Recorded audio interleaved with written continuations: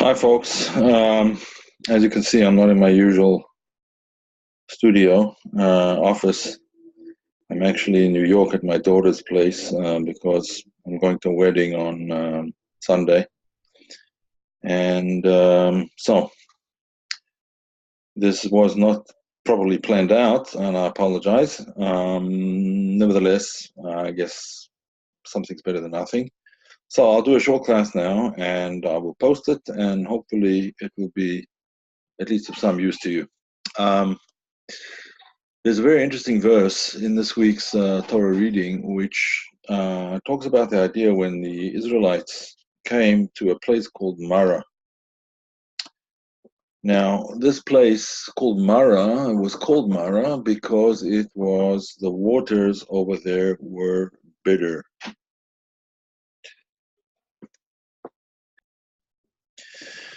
So they came to this place. They came to this place called Mara, and the place was called Mara from the word meaning bitter. From the word meaning bitter. That bitterness is the, so to speak, the what characterizes this whole place.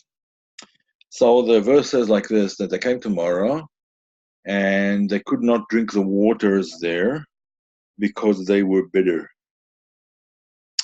Now, the simple, straightforward explanation of they could not drink the waters because they were bitter is because the waters were bitter.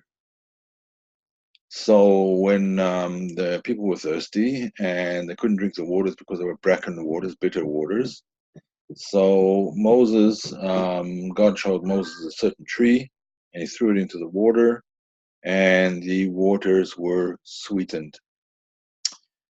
Now, the Baal Shem Tov has a very interesting explanation of this, and he says, don't read it as Ki Mari Mahem, the waters were bitter. Read it as the people were bitter.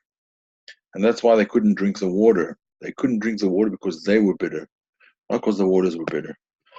Now, what this means is as follows: that the water represents the idea of divine wisdom. Or as our sages say, this is the idea of Torah, of the teaching of the Torah, divine wisdom essentially. And they couldn't accept it, they couldn't hear it, they couldn't absorb it because they were bitter. A person can only absorb godly messages, divine messages, when they are in a state of joy. In fact, this is one of the preconditions for prophecy or for Ruach HaKodesh. Ruach HaKodesh means divine inspiration.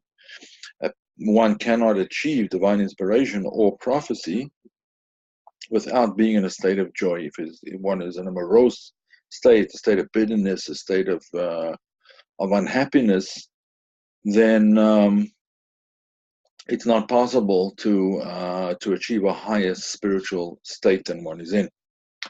So, given that that's true, keep it in mind that the all those systems that try and make a person feel dejected, that he's worthless, he or she is worthless, he or she has no spiritual value, a rotten person in the eyes of God, in the eyes of human beings, etc., etc. If one has these kinds of attitudes, then it's not surprising that no spiritual revelation or even just illumination can come to a person. One must be in a state of joy. As the verse in Psalm says, "Ivdu et Hashem b'simcha," serve God with joy. Which means that unless there's joy in what one does, that's not called. It's not really called service. It's not called dedicating yourself, being a servant of God. So this is the message then to the Israelites. When you want to drink the water, when you want to absorb the divine teachings, make sure that you're first of all in a state of joy. Now, what happens if you're not in a state of joy? So says the verse, God showed Moses this tree, and he threw the tree into the waters, and the waters were sweetened. Now, there's several opinions, and I'm just going to discuss two of them as to what kind of tree this was. Some say that the tree or a bush or whatever was sweet. It had a natural sweetness to it, and therefore it sweetened the waters. This is obviously if you're taking the simple, straightforward explanation of the idea that the waters were brackish, they were bitter waters, and they needed the tree to sweeten them up. The analog of that, in other words, the other side of looking at it is if we're saying it was the people that were bitter, what was this tree that sweetened the waters? The tree that sweetened the waters was the inner dimension of the teachings of the Torah. In other words, the Kabbalistic aspects of Torah that always enliven and sweeten and bring out the best in everything, because that's what one wants to do, never to bring out the worst in things. That leads to a state of depression and worse, but to bring out the best in things, and then one can feel joy, the best in oneself and the best in everything. So one of the explanations there of this tree is that it was the tree of life, essentially. In other words, the teachings of the Kabbalah as were available to Moses at that time. Another explanation is that this tree was in fact extremely bitter. And bitter plus bitter, like a negative plus negative, makes positive. In other words, the bitterness was, their bitterness was deepened, but it was deepened not in the way that one would have expected. In other words, what were they bitter about originally? They were bitter about the fact that they had to trek through the desert and that water was scarce and that they were thirsty and that they were tired and that there was a lot of effort involved. And what Moses did was he turned this bitterness, this negative bitterness, into positive bitterness. Positive bitterness means that at times it is the proper thing to do to make what's called a cheshbon nefesh, to make a calculation of where you are in life, where you're up to, and where you should be, and what you need to do to get there. And that was according to the second opinion, that he showed them a different kind of a tree that they could throw into the waters that was more bitter, and the bitter plus bitter made positive. In other words, the bitterness was turned from the direction of complaint into the direction of tikkun. In other words, complaining about things, complaining that things are not perfect. Nothing's perfect in this world. Nothing's ever going to be.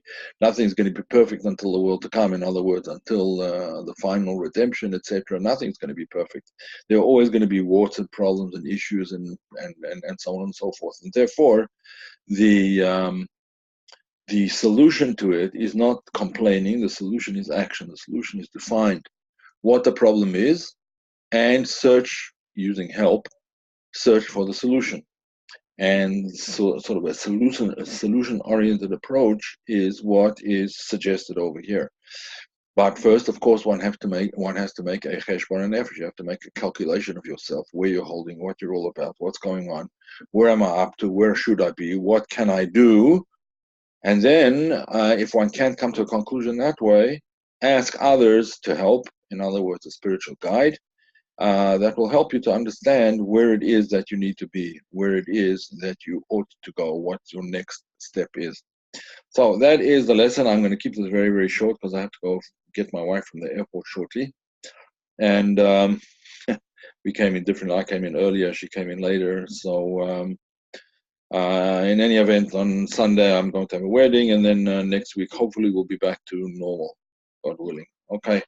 See you all and have a great weekend. Expecting snow in my part of the world. Thanks.